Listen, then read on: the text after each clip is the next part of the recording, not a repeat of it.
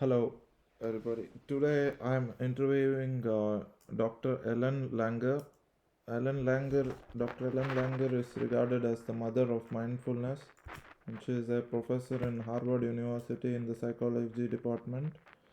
She was the first female professor to gain tenure in the psychology department at Harvard University, and she is the longest serving Harvard professor, serving around 40 years in the university and researching about mindfulness. And she has written around 11 books on mindfulness. Enjoy the show. Recording. Yeah, it started recording. Yeah. So Dr. Ellen, what is mindfulness or mindlessness according to you? Okay. Yeah, that's the most important question you can ask me. So, mindfulness, as I study it, is the simple process of noticing new things. That's all you have to do. And by actively noticing new things, you come to see that you didn't know the thing you thought you knew as well as you thought you knew it. And this process of active noticing is energy begetting, not consuming. So you notice new things and you see the information depends on the context. So I start many of my lectures by asking people, I'll ask you, Varun, how much is 1 plus 1?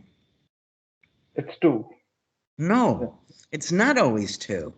If you added one cloud plus one cloud, 1 plus 1 would be 1. If you Yeah. add 1 watt of chewing gum plus 1 watt of chewing gum, 1 plus 1 is 1. If you add one pile of laundry to one pile of laundry, 1 plus 1 is 1. In fact, in the real world, 1 plus 1 probably doesn't equal 2 as often or more often as it does. But the problem is the way we're taught about the world, which is to search for absolutes. And once we think we no longer pay any attention. Now, because everything is always changing and everything looks different from different perspectives, we never know for sure. And when you know you don't know, then you pay attention. Now, mindfulness, as I study it, is often confused with meditation. Meditation is not mindfulness, it's good. But meditation is a practice that leads you to post meditative mindfulness. So you sit with your eyes closed, repeat your mantra for 20 minutes, twice a day, every day. And for a lot of people, that's a lot of work. This is very different. This is you're out in the world and you just need to appreciate that you don't know, and then you naturally tune in. And as you're noticing, it turns out the neurons are firing and it's energy begetting, not consuming. So, this active noticing is good for you and it's easy. And when you're actively noticing, people see you as charismatic. The things that we produce when we're mindful are rated as superior. And I have 40 years of research showing how good it is for your health. So there's really no reason, once people realize this, that they shouldn't be mindful virtually all the time. When you're Yeah. mindless is the other side of this. It's when you're acting like a robot. You think you know. So I ask you how much is 1 and 1, and you quickly, arrogantly, in some way, like everybody else, say 2. Yeah. And then you don't pay any attention because you think you know. All right. So you act like a Yeah. robot. You think that information is true, independent of context. When you're mindless, you tend to follow rules and routines, independent of context. When you're mindful, you can still have rules and routines, but they guide rather than govern what you're doing. Okay? Okay. So when you're mindless, the past determines how you are now. When you're mindful, you're in the present because the way to be in the present is this active noticing. Forgive my dogs, but that's the problem with Sophie. That's Come all here. right. No problem. Okay. No problem. Okay. So, yeah. Next question was how mindfulness was related to meditation, but you answered that one. And but how is mindfulness? Is mindfulness like active noticing is similar to curiosity? Well, that's a good question, Broom. It turns out that the beginning, when you're first curious, it's similar because you're actively noticing. The difference is when you're curious, you believe that there's a right answer. So I might, spilled coffee on a newspaper, and I say, is that an R or a T? And I believe it's one or the other. And then I find out, and then I'm no longer curious. So mindfulness, there's no endpoint because everything is changing. Everything looks different from different perspectives. So it's curiosity plus. Yeah. Okay. Got it. So, and you have seen your videos on how mindfulness related to stress and how Okay. stress is related to diseases. Can you shed some light on Okay, that? sure. That's a very important question. Well, stress is mindless. What people don't realize is events don't cause stress. What causes stress is the view you take of an event. So if you open that view up in many different ways, it almost immediately becomes less stressful. So stress relies on two things. First, it relies on an assumption that something is going to happen. Well, it turns out we can't predict what's going to happen. And if you said to yourself, what are 3 reasons why it might not happen? Then you immediately become less stressed.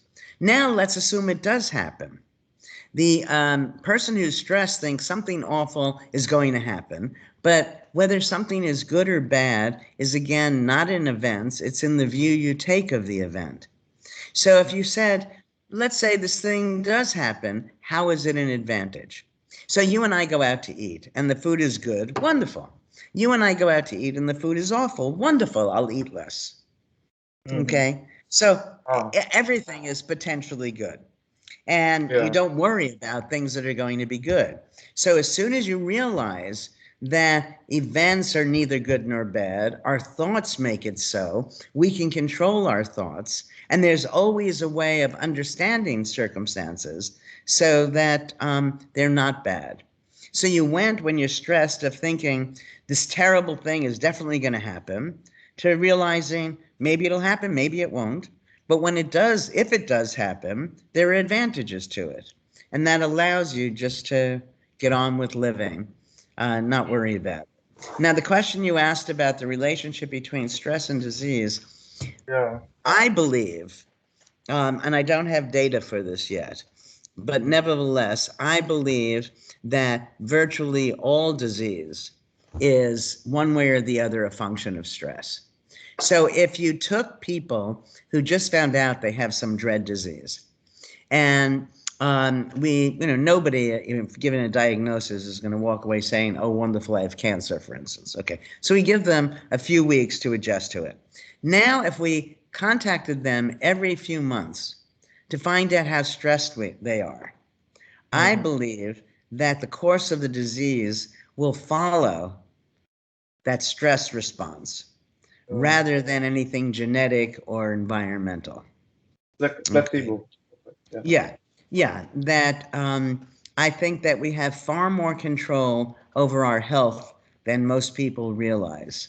And, so we have lots of new studies. Let me give you an example of one. We took people who have type 2 diabetes, and they come into the lab and we give them all sorts of tests. And then what we do is we sit them down next to a computer to play computer games. Now, next to the computer is a clock. This will all become clear in a moment. For a third of the people, the clock is going twice as fast as real time. For a third of the people, the clock is going half as fast as real time. For a third of the people, it's real time. The question we were asking was, would blood sugar level follow real or perceived time? And it turns out it follows perceived time. We have people in a sleep lab. They wake up and the clock tells them they got 2 hours more sleep than they actually got, or 2 hours fewer sleep than they actually got, or the amount of sleep they got. We take biological and cognitive measures, and again, it follows perceived amount of sleep rather than real amount of sleep. Okay, so we have lots of studies. These are all part of my mind-body unity idea, which is mind-body, let's put them back together, see them as one. Then wherever you put the mind, you're necessarily putting the body. So the original study on this is the counterclockwise study, where we took old men and we had them live in a retreat that we had retrofitted to 20 years earlier. So they're living as if it's 20 years ago. And they're talking about the past in the present tense. So in all ways, they're back in time. And as a result of this, their vision improved. These are men in their 90s, 80s, and 90s. Their vision improved, their hearing improved, their strength improved, their memory, and they actually looked younger. So it was a very powerful set of findings. And, and we've done this in lots of other ways. One other, this is a little bizarre, we took women who are chambermaids. These are the women who clean hotel rooms. And we asked them how much exercise they get. And they say they don't get very much exercise at all. That's because they think exercise is what you do after work, and they're just too tired. So we teach them that their work is exercise, that making a bed is like working at this or that machine at the gym, and so on. So at the end of this, we have two groups. One group who now believe their work is exercise, one group that, doesn't realize this. We ask them questions like, are they working any harder? Are they eating any different? No differences. Then we take our important measures 3 weeks later. Those people who simply changed their mindset to their work as exercise lost weight. There was a change in body mass index, waist to hip ratio. Their blood pressure came down. All as a function of simply changing their mind. So, and as I said to you initially when we were talking about stress, that stress is a function of your views and we can control our views. And so it's clear we have enormous control over our health. One last thing, since many of these counterclockwise studies, the sleep and the diabetes and the taking the men to the retreat, that these require somebody else. And so that's not the best way to be healthy. So how do you do it yourself, right?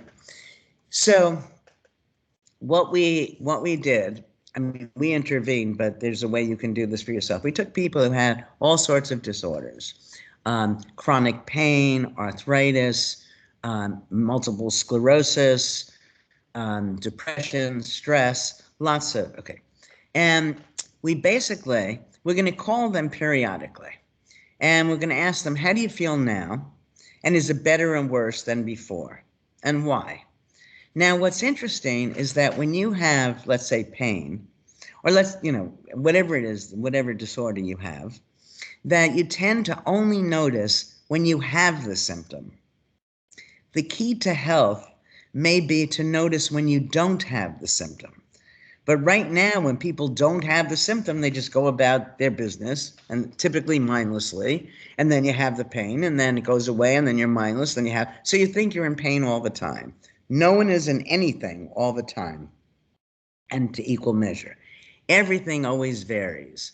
So when you can get in touch with the ways it's varying, and then ask why. So let's say you think you're always stressed. You're not always stressed. So I call you periodically and I say, you stressed right now? And is it worse or better than it was before? And why? And at the end of this, let's say you realize, Varun, you're only stressed when you're talking to Ellen Langer. Well, the cure is simple. Don't talk to me. Okay? So the idea here is that when we attend to the way our symptoms change, and we ask ourselves why, then we can make changes. And we're doing this with strokes, with Parkinson's, big deal disorders. Now, what you can do is set a smartphone to ring in 45 minutes. And then it rings, and then you ask yourself the question, do I have a symptom now? Is it better or worse than before, and why? And then you set the phone for now 2 hours. So, use different random times. So you don't need to be in an experiment for this. But it seems that this is a good way of recognizing when you don't have the symptom, and that seems to be a way for us to become healthy. Yeah, truly, truly, please. So Yeah, so now many countries like India are in lockdown and like since one and a half year, and it's a dreadful situation there. So what can people do in time Yeah, of this pandemic during like they have this fear, uncertainty, etc. right. So Okay, so several things. The first is that, as simple as it sounds, life only consists of moments. Now, you might not be able to make your life matter, to make everything okay, but you can certainly make the next minute or two better. Right. yeah. And so that's the way people should proceed. There are all sorts of interesting things you can do without the presence of other people that are even better without other people. I mean, I paint, and it's easier for me to paint when I'm alone. And so during the pandemic, I got a lot of painting done. It was a lot of fun. Writing, it's easier to write, and so on. Everybody has activities. All they have to do is change the view of being lonely to being with themselves, and then go Hmm. about their business. Something that people do that I think is mindless is people often follow a strategy that is called defensive pessimism. And defensive pessimism is imagine the worst and then hope for the best. All right. The reason that this is a bad strategy and should be replaced with mindful optimism is because if you expect the worst, you tend to get what you expect. So you're looking only for negative things and you're going to find whatever it is you're looking for. And even hope, this is kind of fun, that people think hope is a good thing. But when you wake up in the morning and you go to the kitchen to have coffee, you don't hope you're going to have coffee. Right? Hope has built into it the expectation of failure. So the Hmm. alternative to this expecting the worst and hoping for the best is to make a plan, that you're going to keep your distance from people, you're going to wear a mask, you're going to wash a hand, whatever your plan is, and then just go about living. And as you do this, you build up the resources so that if you do have to deal with anything, you're much stronger for it. The defense of pessimism and that worrying wears the body down and makes you more vulnerable and harder to fight even the common cold. Okay. Okay. So uh, is active? How is active noticing energy begetting? Is there any Um, yeah, theory behind? and yeah, right. No, it's just an is, that as Yeah. you Okay. notice, the neurons are firing. Yeah.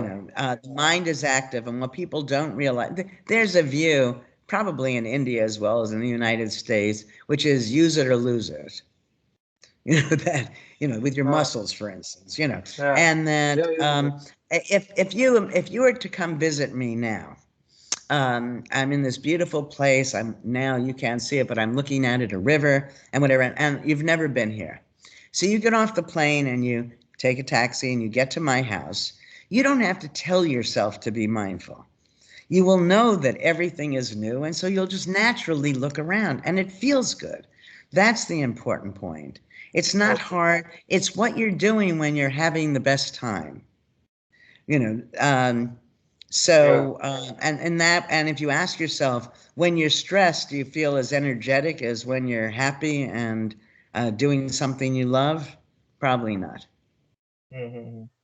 Yeah. So I was about to ask this question, like, do people get better in active noticing? But I realize it's a contradictory statement. Well, no, no, not really. I mean, I think that if that since most of us are mindless most of the time, sadly, Yeah. that the more often you're mindful, it breeds more mindfulness. Oh. So that even I've been studying this, devoted to it for 45 years. It's a long time. Still, there are times that I'll find myself mindless. I bought these things for the grill. They're just little mats. And I'm searching on the grill, on the internet, for a mat that's larger because it's a big grill. And then all of a sudden, I see a picture in one of these advertisements. I could have just taken two mats and put them next to each other. It didn't Okay. occur to me. That's what mindlessness is when it doesn't occur to you. But, then now let's, if you ask yourself, how else could I do it, whatever the it is? And the more you ask that, the more likely you are to continue asking that, the more mindful you'll end up. But it all rests on the simple assumption that people think they know and they don't. And when you know you don't know, and the important part is you don't know, but nobody knows. So that's very important because people know when they don't know, but they think other people know, so they often pretend. And they make a personal attribution for not knowing. What people need to do is make a universal attribution. I don't know, you don't know, nobody knows. And so then together we can explore things. Yeah, exactly. Yeah. So, how is mindfulness related to then concentration? I was wondering about that. Is concentration or focus similar, same to mindfulness? Yeah, well, it's interesting because when I did a study with um, people who are diagnosed with an attention deficit disorder, and in one group, we told them to focus on whatever the content was, concentrate. And in another group, we simply had them notice new things about the stimuli. And across the board, whether it was the elderly, people who are diagnosed with an attention deficit disorder, or Harvard students who are supposed to, not have any difficulty with paying attention, when they mindfully attended, they all improved. Now, when we say focus, most people have a sense as a camera, and when you're taking a photograph of something, you hold the image still to get a better picture. But that's mindless. So by varying something, it's easier to stay attentive to it, not holding Okay. it still. Okay. And and if you're reading something, you ask yourself different questions about it. How else might this be understood? Um, uh, you can, let's say the story is about an astronaut.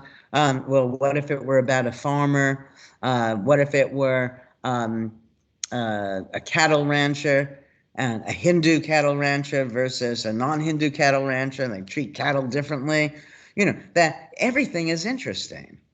I Yeah. remember this fun thing many, many, many years ago. I was driving in Italy, and there were these two young kids wearing T-shirts that said New York. Well, if you're from New York, you don't wear a T-shirt that says New York. So it means that they were visiting New York. So we gave them a lift, picked them up, and years ago, I felt that things were safer to do that. We picked them up, and I asked them, "So how'd you like New York?" I was shocked. They said it was okay, but there was nothing to do. Now, there are a Really? few places in the world that are more alive than New York. But, so whether there's a lot to look at or nothing to look at depends on you, the looker. So if I were looking at a cornfield, it's just corn. I mean, I personally wouldn't anymore because I understand, there's a way to do it mindfully. But the person who's farming the corn notices very tiny differences. So for that person, the cornfield is very active and exciting. But for me, if I want to just see it as all corn, it's dull. In the same way, New York, which has so many things going on, if you don't avail yourself of it, get in there and notice things and get involved, it could also seem dull. So whether something's exciting or boring, whether something is stressful or not, is a function of the views we take of it. Yeah, exactly. So, yeah, so with respect to students, there is a study technique called Pomodoro technique, like 25 minutes you concentrate and 5 minutes rest. Is this really required then? No, Not I yet. don't think so. I Yeah. think, it's very interesting. Just happened the other day. It's going to sound so silly to you. I have 6-year-old grandkids, and there's a hot tub here. And I opened the hot tub, and there was a net, and I said, "Why don't you take the googers out of the hot tub?" Guj is a made-up word, a silly word. But, okay, so it was just the debris, leaves and whatever that fell in the hot tub. And they were taking it out and having a wonderful time. Now, next week they come over and they say, Grandma, can we take the Gujers out of the hot tub? The reason that's interesting is that you can be sure they didn't spend the week saying Gujers, Gujers, memorizing it. They just knew because it was interesting to them. And the reason that from a scientific perspective it's interesting, because it was a made-up word, it wasn't as if they had lifelong associations to it. So the point of the story is when something is interesting, you remember it.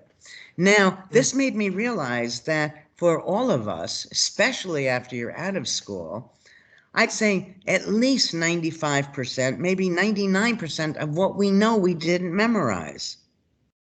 Yet the way students in school try to learn something is just to keep repeating it. So I have two comments about this. The first is that if you make it meaningful, you will remember it, and it makes it more fun. Second, if you don't learn it mindlessly in the first place, it's much easier to hold on to the information in the second place. So how do you not learn mindlessly? You learn conditionally. I teach you some fact. You don't lock it in. You say, yeah, under some circumstances, that's likely to be true. Okay? Which means that under other circumstances, maybe it's not. So when we're looking for the truth of a statement in some new circumstance, you have to pay attention. Lots of this came home to me many years ago. I was at a horse event, and this man asked me, could I watch his horse because he was going to get his horse a hot dog. Well, I'm a straight A. I was a straight A++ student. I knew horses didn't eat meat. He came back with the hot dog, and the horse ate it. And that changed my life. I realized, what does it mean horses don't eat meat? How many horses were studied? How much meat were they given? What kinds of, all these variables. So the point is that science, excuse me, can only give us probabilities. These in this instance, it would be, according to those experiments, if they were even done, most horses don't eat meat. That's translated in our textbooks and our newspapers, in our lectures and discussions as horses don't eat meat. And, and so then there's nothing interesting about it. But it becomes very interesting to know if this particular horse on this particular occasion will eat this particular meat. And what do I have to mix it with? How much grain? And so on. And let's say I have the horse out in the desert or whatever it is, and all I have is a hot dog. I'll eat it myself and hope for the best, and the horse will starve to death because horses don't eat meat. But maybe if the horse is hungry enough, it would. Okay, so the idea is we have to become more comfortable with not knowing. And when we don't know, everything becomes new and exciting. Exactly, yeah.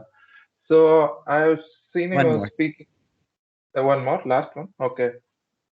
So, okay. I've been speaking about 10,000, like practice and mindfulness. Like, what's the relationship between that and 10,000 hour rule? What do you think Yeah, about that? yeah. Okay.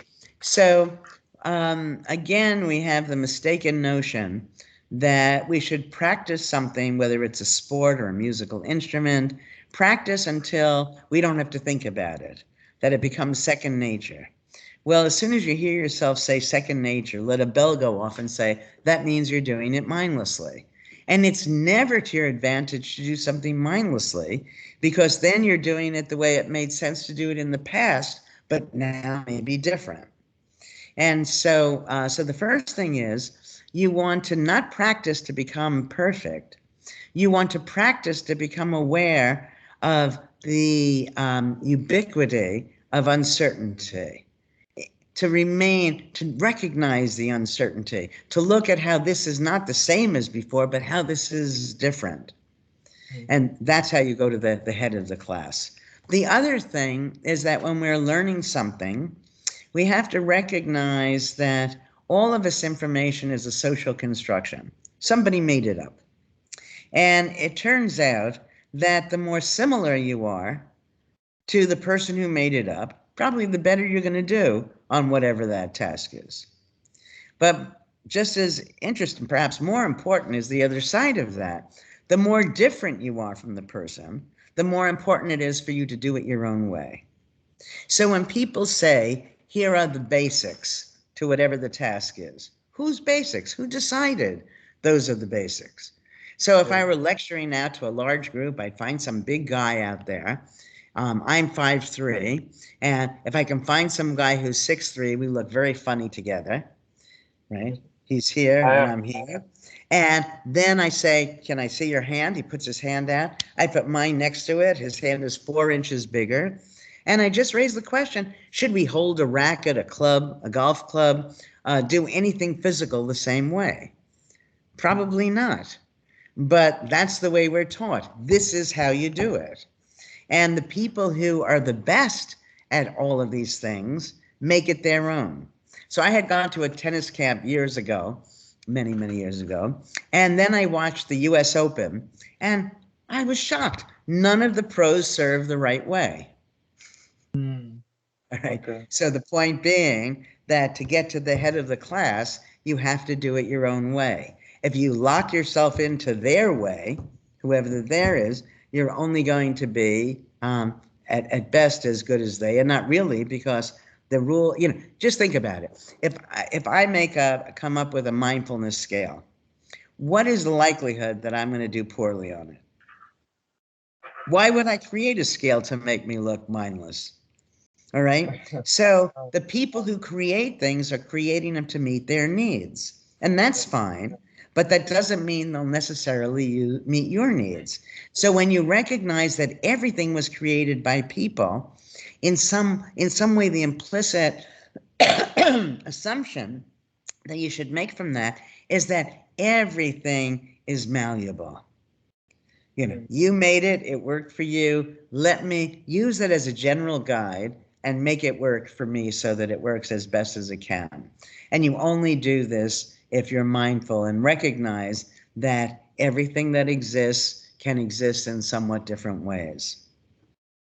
Yeah. All right, Dr. Ellen. Thank you so much for joining today. Thank you so My much. pleasure. It was an honor having a Harvard professor like you with talking with me. Yeah. Thank you so much. My pleasure, Arun. You stay well and keep safe. Yeah, sure. Thank you.